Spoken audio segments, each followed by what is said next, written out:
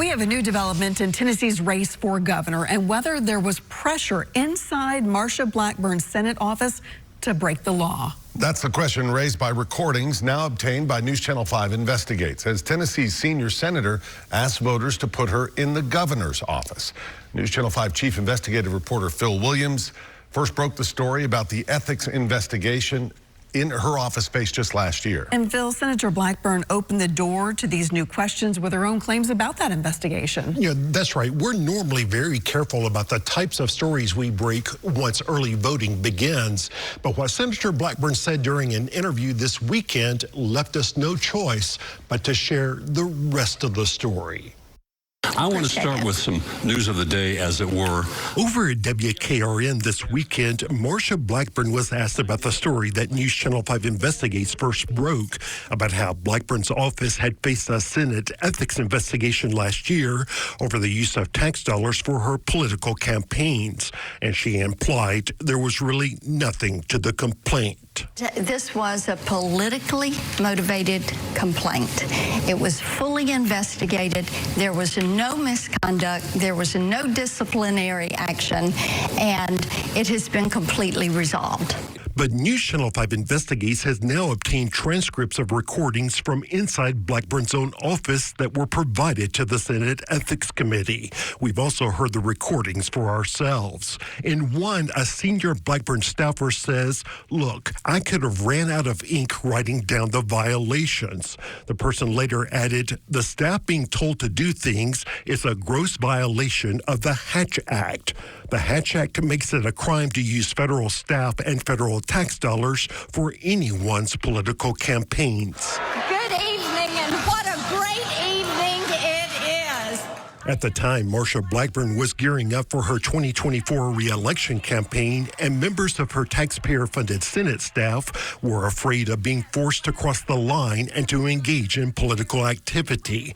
A junior staffer worried, "When it gets to the point where I'm just like ethically, the moment it feels like I'm crossing ethical lines," a senior member of the Senate staff interjected, "I don't like it." The first person agreed, "I don't like it either." That's when the senior Blackburn Senate staff member warned, "It's going to be like those lines don't even exist in 24, which is a problem." Here's why a leading government ethics expert told me last week those staff members were right to be concerned. The ethical concern with having official staff working on the campaign is that you're using taxpayer money for campaign activity.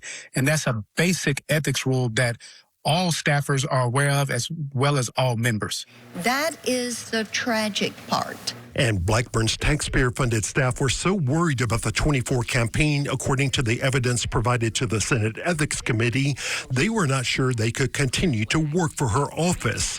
The senior staffer offered, "Look, can I tell you something that is completely off the record and, just don't say anything about it?" The junior person replied, "Yeah. Look, if I were you, I'd start looking, because it's going to be hell, and you're going to be asked to break the law. On some level, you're not going to be asked to, commit fraud or something, but as far as, basically being a campaign worker and, blowing off your real job, because it's coming." In the recordings, much of the blame is directed at Blackburn's longtime political strategist, Ward Baker, who has a reputation around Washington and Tennessee's Capitol Hill for the aggressive, some would even say belligerent manner in which he operates. The junior Blackburn staffer described working with Baker, quote, "You're operating in different worlds. You're operating with different sets of facts, and he just doesn't really operate in this world of truthfulness or honesty." The senior person answered, no, adding, "He's a psychopath and he doesn't care, and he's not going to. That's what it really comes down to. There's no empathy, compassion, dignity, integrity." The junior staffer agreed as the other person added, "And there's not going to be." The conversation then turned to why Baker would not hire campaign staff and leave the Senate staffers to do their work for taxpayers. Quote, "He's literally making millions of dollars for her campaign effort. Why would they not? I think he enjoys hurting people. Why don't you hire campaign workers and hurt those people? Because he keeps more money." Blackburn's campaign manager responded to my question saying, given the history of your not being fair in your coverage of Senator Blackburn and publicity in regard to immediate coverage of her by your station, we are not going to respond to your inquiry. Further, please understand that much of what you say in your comments is inaccurate and totally without any basis in fact. She, however, did not point to a single detail that is not fact. Is there a finding that will be released? There is. The Ethics Committee sends out a report every year and shows there was no disciplinary action. But what the senator did not reveal in the WKRN interview was that instead of disciplinary action, according to a person briefed on the outcome of the ethics investigation, the committee planned to ask Blackburn's office to come up with a corrective action plan to fix the problems inside her office. In the words of one person involved in the investigation, Blackburn's office was like children, quote, running around with scissors, where senior staff knew there was a problem, but no one did anything to put a wall between the Senate staff and Ward Baker. The senior staffer observed, I think that there is an unwritten rule that he gets to break all the rules. I suspect you don't disagree. I think my response is like each member of the team has to look out for himself or herself. Like you said, look out for number one. Ain't none of us need to be getting in trouble for a bald-headed psychopath. Like, I'm not doing it.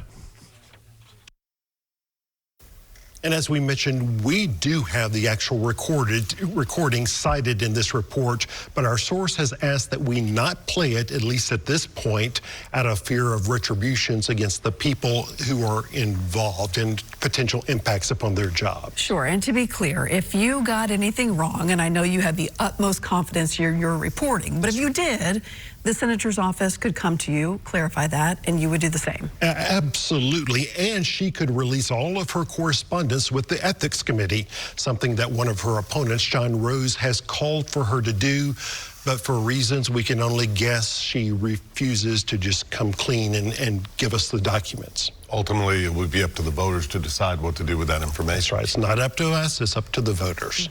Thanks, Phil. Appreciate it.